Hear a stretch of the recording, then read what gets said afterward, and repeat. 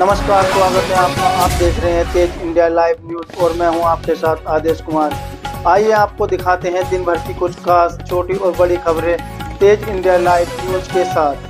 आपको बता दें खबर उत्तर प्रदेश के जनपद बहराइच से, जहां बहराइच में पेड़ों के अवैध कटान को लेकर स्थानीय पुलिस व वन विभाग पर लगे गंभीर आरोप। बता दें जनपद बहराइच के हुजूरपुर क्षेत्र के भैंसा के मजरा, गोपिया और बसंतपुर के रंबादासपुरवा में आम के हरे भरे फलदार पेड़ों पर पकड़ शीशम गुलर का अवैध कटान धड़ल्ले से हो रहा है, जिससे क्षेत्र के पर्यावरण को खतरा मंडरा रहा है। वहीं हुजूरपुर पुलिस व क्षेत्रीय लोगों ने अवैध कटान में सम्मिलित होने का आरोप लगाया है। बता दें आपको हुजूरपुर क्षेत्र में हरे भरे व फलदार वृक्षों का कटान धड़ल्ले से चल रहा है। वहीं पेड़ काटने वाले ठेकेदार अपनी मनमानी दिखा रहे हैं। पेड़ वन विभाग की बिना परमिशन के ही काटे जा रहे हैं और यदि पेड़ अधिक होते हैं तो सरकारी अधिकारियों को दिखाने के लिए 20% से 3% पेड़ों की अनुमति ले ली जाती है, जिसकी आड़ में शेष पेड़ों को काट लिया जाता है। अब देखना यह होगा कि खबर प्रकाशित होने के बाद वन विभाग व पुलिस की क्या कार्रवाई होती है या फिर इस मामले को ठंडे बस्ते में डाल दिया जाएगा। यूं ही हरे भरे पेड़ों पर चलता रहेगा लकड़ी माफियाओं का आरा। बहराइच से हमारी संवाददाता पिंकी सिंह की देखिए खास रिपोर्ट। आपको बता दें खबर उत्तर प्रदेश के जनपद प्रयागराज से, जहां प्रयागराज में रेल ट्रैक पर मौत का मंजर, पचदेवरा हॉल्ट बना चीख पुकार का मैदान। बता दें भीड़, लापरवाही या सिस्टम की चूक, ट्रेन की चपेट में आकर 5 लोगों की दर्दनाक मौत। बता दें प्रयागराज के करछना क्षेत्र स्थित पचदेवरा हॉल्ट पर बुधवार को एक ऐसा दर्दनाक रेल हादसा हुआ है जिसने पूरे क्षेत्र को दहला दिया। बता दें चंद पलों में ही जिंदा लोग मौत के मुंह में समा गए और स्टेशन की पुकार से गूंज उठा। वहीं प्रत्यक्षदर्शियों के अनुसार हॉल्ट पर जरूरत से ज्यादा भीड़ जमा थी और इसी बीच तेज रफ्तार से आई ट्रेन ने कई लोगों को अपनी चपेट में ले लिया। हादसा इतना भयावह था कि मौके पर अफरा तफरी मच गई। लोग इधर उधर भागते नजर आए, जबकि कुछ लोग अपनों को बचाने की कोशिश में खुद ही खतरे के मुंह में पड़ गए। शुरुआती जानकारी में 3 मौतों की बात सामने आई थी, लेकिन बाद में आंकड़ा बढ़कर 5 तक पहुंच गया, जिससे हादसे की गंभीरता साफ हो गई। घटना की सूचना मिलते ही पुलिस और रेलवे प्रशासन की टीम मौके पर पहुंची और हालात को संभालने में जुट गई। सबों को कब्जे में लेकर पोस्टमार्टम के लिए भेजा गया। वहीं मृतकों की पहचान करने का प्रयास जारी है। सबसे बड़ा सवाल यही उठ रहा है कि आखिर पचदेवरा जैसे छोटे हाल्ट पर इतनी भारी भीड़ कैसे जुटी? क्या वहां सुरक्षा के पर्याप्त इंतजाम थे या फिर यह हादसा सिस्टम की बड़ी लापरवाही का नतीजा है? हादसे के बाद कुछ समय के लिए रेल यातायात भी प्रभावित रहा, जिससे यात्रियों को भारी परेशानी का सामना करना पड़ा। फिलहाल प्रशासन जांच की बात कह रहा है, लेकिन स्थानीय लोगों में आक्रोश साफ दिखाई दे रहा है। यह हादसा सिर्फ एक घटना नहीं बल्कि रेलवे सुरक्षा व्यवस्था पर बड़ा सवाल है, जिसका जवाब अब जिम्मेदारों को देना ही होगा। प्रयागराज से संवाददाता अजय कुमार पांडे की देखिए खास रिपोर्ट। हुई है सर, जो रेलवे ट्रैक पर एक हादसा हुआ है, बड़ा हादसा हुआ है, क्या घटना हुई थी, किस तरह की जानकारी है? जनपद प्रयागराज में सर जी सर, जनपद प्रयागराज में यहाँ पर हादसा हुआ, जिसमें सबसे पहले एक जो कालका एक्सप्रेस है वो उसमें एक मैन रन ओवर हुआ था, जिसकी वजह से वो ट्रेन वहाँ पर रुक गई थी और जो उस ट्रेन के जो पैसेंजर थे वो out of may be curiosity या जिस भी वजह से वो ट्रैक पर आ गए थे। इस टाइम पे जो अपोजिट लाइन थी उसमें पुरुषोत्तम एक्सप्रेस काफ़ी तेज़ी से आई और उसमें 4 मैन रन ओवर, यानी कि 4 लोगों की और उसमें कैजुअल्टी हो गई है। अब तक उसमें से 3 लोगों को हमने आइडेंटिफाई कर लिया है, बाकी 2 लोगों को हम जो है उनका डिटेल खोजने का प्रयास कर रहे हैं। शेष यहाँ पर रेलवे से जो बात हुई है वो लोग इसकी जांच पूरी तरीके से करेंगे और यदि कोई क्रिमिनल एंगल पाया जाता है तो उसमें जीआरपी और पुलिस द्वारा भी आगे की कार्रवाई की जाएगी। सर जो मृतक हैं उनके परिजन साथ में थे, बच्चे भी थे, उनको किस तरीके से ट्रीटमेंट दिया जा रहा है, क्या उनको क्या व्यवस्था दी जा रही है? उनके लिए रेलवे द्वारा जो है उनको पूरी सहायता दी जा रही है। इसके अतिरिक्त जो भी इसमें आगे की कार्रवाई है वो रेलवे और पुलिस जीआरपी सभी के द्वारा की जाएगी। सर, जो कालका एक्सप्रेस रुकी थी यहाँ पर, किस कारण से? एक एमआरओ हो गया था जिस वजह से ये ट्रेन यहाँ पर रुकी गई थी। उस एमआरओ की वजह से जो रुकी थी, फिर वो उसको देखने के लिए लोग जो है वो ट्रैक पर आए और उसकी वजह से वो पुरुषोत्तम एक्सप्रेस जब अपोजिट डायरेक्शन से आई तब ये कैजुअल्टी 4 और हो गई। जो डेड बॉडी को यहाँ मिली थी अभी यहाँ पे हमने बताया कि हम लोग यहाँ प्राइमरी स्टेज पे हैं, जांच कर रहे हैं, पूरी आइडेंटिफाई करने की कोशिश कर रहे हैं, फिर जैसे डिटेल मिलेगी हम आपको शेयर करेंगे। तो सर कुछ चीज़ जिसमें 4 लोग कटे हैं और एक डेड बॉडी वो है 5 हो गई, तो 5 लोग कटे हैं, एक डेड बॉडी जिसमें 6 हो जाएगी। नहीं, टोटल जो है अभी तक डेथ 5 है सब मिलाकर। तो सर आपका नाम सर? मैं प्रशांत वर्मा, SP GRP। भैया ये अप्रेंटिस के लिए गए थे, बोला मादर चोर ने कहा कि मैं कल नहीं आऊँगा, बोला आना पड़ेगा, इसलिए हम लोग काज पेपर भी नहीं जमा किया उसने, और हम लोग को बोला कल आने के लिए। हमने बोला कहाँ से कहाँ जा रहे थे आप लोग? मिर्जापुर जा रहे थे हम। मिर्जापुर से कहाँ? प्रयागराज से? हाँ, प्रयागराज से मिर्जापुर। तो आपके साथ कौन था? मेरा दोस्त था। क्या नाम है? सुनील कुमार नाम है। कहाँ का रहने वाला है? गाँव मिर्जापुर। आपका क्या नाम है? मेरा प्रिंस गौतम। कहाँ के हैं आप? मिर्जापुर के ही हैं हम। है उसी ट्रेन के रुकने के कारण यहाँ जो ट्रेन के लोग थे वह बहुत बड़ी घटना है, बहुत ही बड़ी घटना है भैया पत्रकार बंधु। इसमें मैं चाहूंगा कि जो भी अपने लोग छोए हैं वो कृपया एक साइड में हो जाएं, ट्रैक को छोड़ दें। ट्रैक को छोड़ेंगे तभी अपने आप को बचा पाएंगे, अपने परिवार को बचा पाएंगे।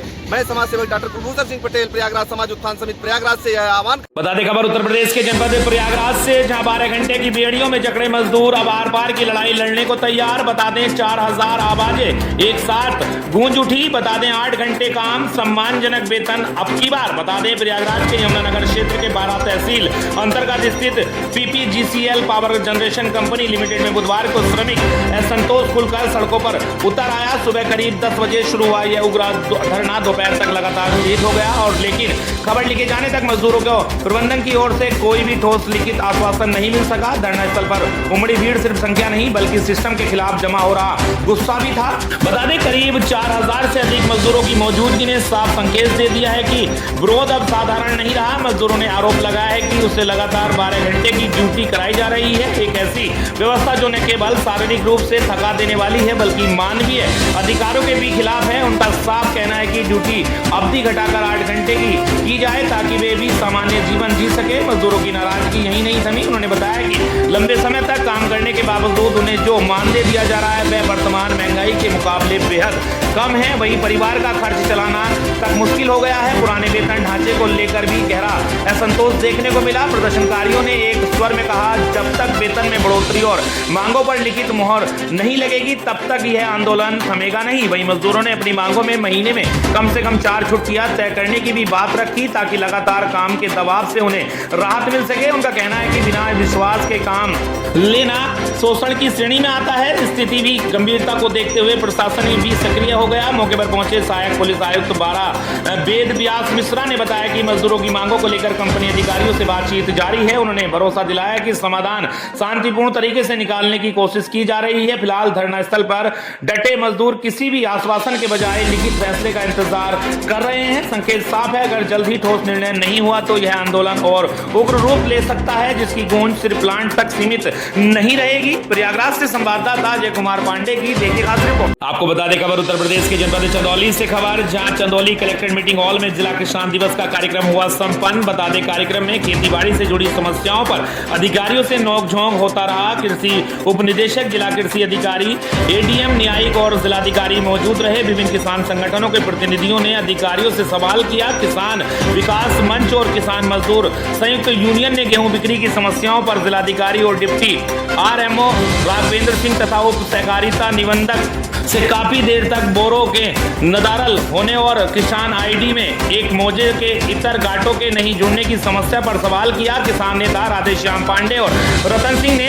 शाहबाजगंज ब्लॉक अंतर्गत क्रय केंद्रों की संख्या बढ़ाने की मांग की है। बता दें पारसनाथ विश्वकर्मा ने जिले में आगजनी से जले हुए गेहूं के मुआवजे की मांग को प्रमुखता से उठाया। किसान विकास मंच के संगठन मंत्री राम अवध सिंह ने घुड़साखंड बांध के पानी को संरक्षित करने के लिए 3 गेट कीपरों की स्थायी नियुक्ति की मांग की है ताकि कोई भी अवांछनीय तत्व गेट को उठाकर पानी बर्बाद न कर सके। खड़खड़ा की ट्रेन केराए गांव ड्रेन और शिकारगंज उचेरा माइनर की सफाई करने के लिए बंदी डिवीजन के अधिशासी अभियंता को चेताया। वहीं जंगली सुअर, बंदर, भालू मैदानी क्षेत्रों में आकर किसान की फसल और जान माल को बर्बाद कर रहे हैं। इसके लिए वन विभाग के रेंजर से कहा कि जंगलों में फलदार वृक्ष वन विभाग को लगाने चाहिए, वरना भोजन की तलाश में जंगली पशु खेतीबाड़ी और जान माल बर्बाद कर देंगे। जिलाधिकारी और ADM न्यायिक ने इन विषयों पर संबंधित विभागों को समस्याओं के निवारण हेतु आदेश दिया। इस कार्यक्रम में बहुत किसान सम्मानित थे, जिसमें प्रमुख रूप से राधेश्याम पांडे, जय सिंह, रतन सिंह, कमलेश सिंह, राजेश उपाध्याय, पारसनाथ विश्वकर्मा, सारनाथ सिंह, गोपाल सिंह, दीनानाथ श्रीवास्तव इत्यादि किसान मौजूद रहे। चंदौली से संवाददाता संतोष कुमार की देखिए खास रिपोर्ट। आप लोग आज किस मकसद से आए हैं? देख रहा था मैं कि किसान दिवस में DM साहब भी आए थे, बड़ा हंगामा हुआ और कुछ बातें तो मैं सुना नहीं था, लेट हुआ, हर बात मैं नहीं जान पाया। बताइए रतन जी। ऐसा है कि किसान के जो अभी गेहूं खरीदने की समय आए हैं, इस समय जो है बोरा नदारत है केंद्र से। फार्मर आईडी का लकुन्ना लगा दिया गया है। फार्मर आईडी में जो है एक राजस्व गांव से जो है केवल किसान का गाटा जुड़ रहा है, दूसरे राजस्व गांव का जोड़ने के लिए वो परेशान घूम रहा है। और तीसरी सबसे बड़ी बात कि ज़िले में कम से कम 40% किसान आपके बटाईदारी में खेती करते हैं।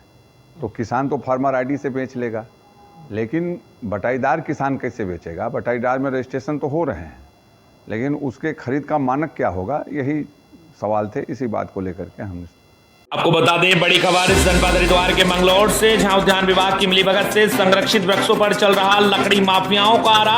हरिद्वार में हरे भरे बाग हो रहे साफ। बता दें हरिद्वार में हरे भरे एवं संरक्षित प्रजाति के वृक्षों के अवैध कटान का सिलसिला लगातार जारी है। ताजा मामला मंगलौर क्षेत्र के ग्राम हरचंदपुर से सामने आया है, जहाँ बीती रात वन माफियाओं द्वारा एक आम के बाग को पूरी तरह उजाड़ दिया गया। हैरानी की बात यह है कि इस पूरे घटनाक्रम के दौरान उद्यान विभाग मुख्य दर्शक बना रहा। बता दें स्थानीय सूत्रों के अनुसार यह कोई पहला मामला नहीं, क्षेत्र में लंबे समय से संरक्षित वृक्षों का अवैध कटान चल रहा है, लेकिन जिम्मेदार विभाग की ओर से कोई ठोस कार्रवाई नहीं की जा रही। ग्रामीणों का आरोप है कि उद्यान विभाग के कुछ अधिकारी स्वयं इन वन माफियाओं के साथ मिलीभगत कर रहे हैं, जिसके चलते अवैध कटान को खुला संरक्षण मिल रहा है। बता दें ग्रामीणों का कहना है कि रात के अंधेरे में बड़े पैमाने पर पेड़ों को काटकर लकड़ी बाहर भेजी जा रही है, जिससे पर्यावरण को भारी नुकसान पहुंच रहा है। बावजूद इसके विभाग के अधिकारी न तो मौके पर पहुंचते हैं और न ही किसी प्रकार की रोकथाम के प्रयास करते हैं। यदि यही स्थिति बनी रही तो आने वाले समय में हरिद्वार का हरा भरा क्षेत्र उजड़ सकता है। अब देखना यह होगा कि प्रशासन इस गंभीर मामले का संज्ञान लेकर दोषियों के खिलाफ सख्त कार्रवाई करता है या फिर उद्यान विभाग की चुप्पी यूं ही जारी रहेगी। हरिद्वार के मंगलौर से हमारे संवाददाता नीरज कुमार दीवान की देखिए खास रिपोर्ट।